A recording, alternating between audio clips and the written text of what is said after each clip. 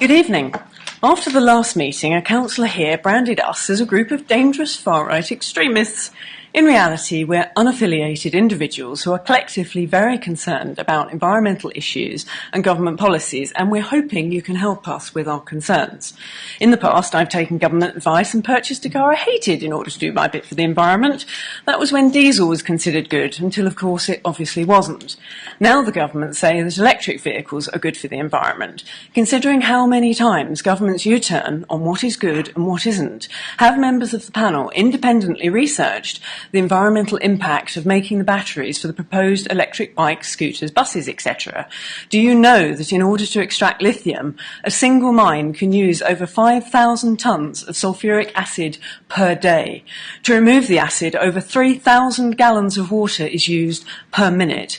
Every year, that single mine produces over 350 million cubic yards of permanent waste laced with sulfuric acid and radioactive uranium. That information was provided by the US Bureau of Land Management about a mine in Nevada, and they anticipate what's left of the water supply in the area indigenous people rely on could be contaminated for an estimated 300 years. Cobalt is also required for rechargeable batteries. In the last meeting, Councillor Moore asked about ensuring the Council use ethically produced batteries. Your professional standards require you to adhere to ethical principles, so have you researched this further? Are you aware that unfortunately it isn't possible because 70% of cobalt is mined using child labour, which is mixed in the factories with the 30% that isn't? Professor Kara from Harvard University, a slavery researcher who visited these supposedly audited eco-mines in the Congo, where children work and die in unimaginably awful conditions, says, there is no clean cobalt. There is not a single company on planet Earth that makes a device that has a rechargeable battery in it that can reliably and justifiably claim that their cobalt isn't coming from sources like that. Do not support this corporate greed and exploitation, especially when there are good green alternatives to EVs. And if there aren't any electric vehicles to charge, then the large, ugly power lines marching across our countryside won't be needed either. So for the record, we do not consent to public money being spent on any lithium battery-operated vehicle, which will cause exponential increase in mining devastation. So no matter how enticing the financial incentives are, can we have the Council's absolute assurance that you will do what is right and not allow yourselves to be pressured by the government into actions that do more harm than good? Thank you. And we are aware that the environmental impact of producing lithium batteries is bad for the environment. I think producing anything has an environmental impact. So, for example, a normal car would also have environmental impact, and I'm assuming materials for that would also need to be mined and produced. Well, current vehicles do not pollute the environment for 300 years just to make a battery. And also there are greener alternatives available. British company JCB has developed a zero-emission hydrogen engine that the only thing that comes out of that is dry steam. So there are options like that for your fleet vehicles and the buses that should be looked at ahead of electric. And we need to set an example. If everybody boycotts the electric vehicle industry and doesn't support it, then this type of thing stops. And we have a duty as people and councillors to make sure these kind of atrocities do not happen. You should not be using batteries that do child labour or supporting any endeavours that do. Have the panel considered the dangers of electric vehicles in their planning, and has a fire service approved safety plan been created for dealing with the fires? A Freedom of Information request shows that in London in the last 5 years there have been over 500 fires caused by the batteries in electric vehicles. Over 200 of the fires were cars, over 100 electric bikes, over 60 scooters, 19 buses and 10 HGV fires.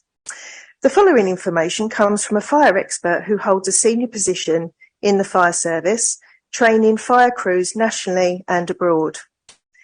The fire service require the burnt out vehicles to stay at the fire site for 24 hours due to the fact that they can reignite and explode. But if it's inside, the whole building has to be shut off for 48 hours. Sometimes a hole has been dug, filled with water, and the car or scooter has been pushed into it until it goes out. We have got enough issues with potholes, let alone car-sized ones. Is there a plan in place if there's a fire at an electric charging station or multi-storey car park, and how long these would need to be shut for, bearing in mind the number of electric vehicles that could ignite if one catches fire? Who would be responsible for the shutdown of the area, and would the council compensate any businesses that have to close for 24 or 48 hours? If an electric refuse lorry caught fire on a housing estate, have evacuation processes been put into place to get people away from the toxic fumes?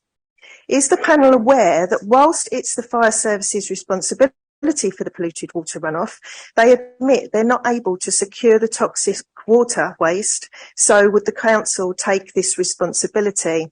It can take 30,000 litres of water to put out an electric car fire. Do your current safety measures meet the latest fire service fire hazard guidelines? If not, we request that you draw up safety plans with the fire service for the existing electric scooters and fleet vehicles, and immediately remove the scooters until a fire service approved safety plan is in place and public safety can be guaranteed. As councillors and council officers, you have a duty of care to the public.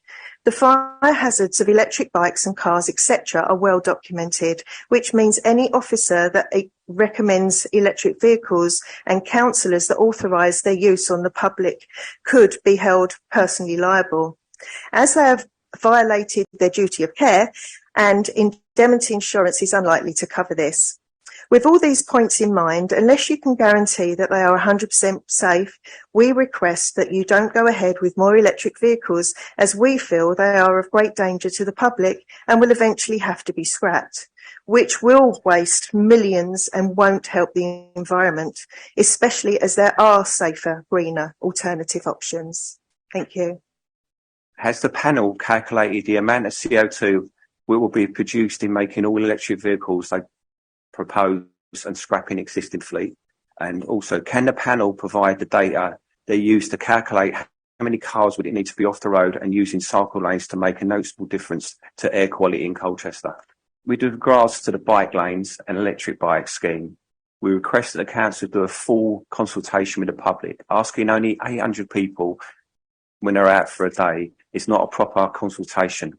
Colchester has nearly 200,000 people in the area. Asking less than 1% is not democratic.